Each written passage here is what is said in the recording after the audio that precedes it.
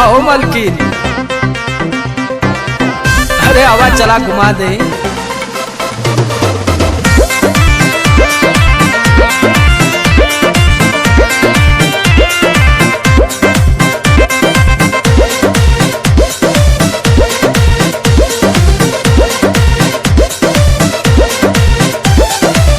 चलो ना जानू आज पटना घुमा दूं। अच्छा चल के बजरिया में शॉपिंग करा दूं।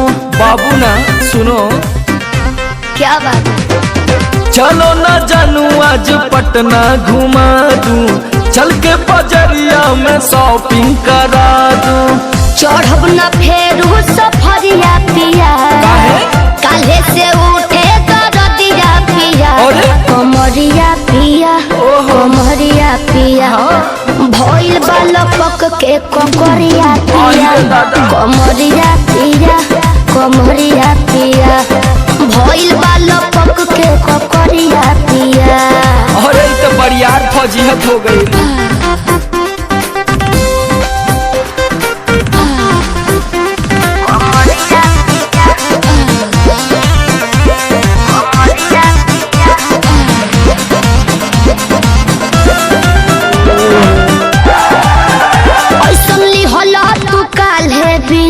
राजा जी लागे भइल बा कमरिया की रेख राजा जी, बुझो नहीं? बुझाता बुझाता, सुना नहीं रहबू संभर के गोरी तमनवा चिहुकबे करी।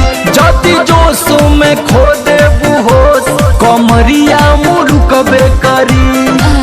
राते तू कइला गरदिया पिया, अच्छा पोरे पोरे हो खता दरदिया पिया, कैसे? कमरिया पिया, कमरिया पिया, भइल बालक के ककरिया पिया, कमरिया पिया, कमरिया पिया, भइल बालक के ककरिया पिया। पिछला उस सीजन में तो यह नाटक रहे।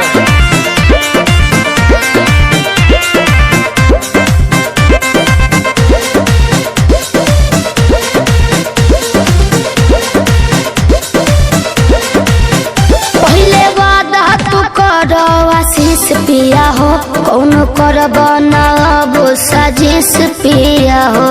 लगनू चोनाए एगो काम करा, बिना डीपी से झरवा लेबू तो बहुते आराम करी हो। जब दबी है कमर समर दवाई नियन काम करी हो। बुझाइल? ले आवई मदन हरदिया पिया, पगली तबे नु जाई सरदिया पिया, कमरिया पिया, कमरिया पिया, भइल बालक के ककरिया पिया, कमरिया पिया, कमरिया पिया, भइल बालक के ककरिया पिया। चल मत कर नाटक।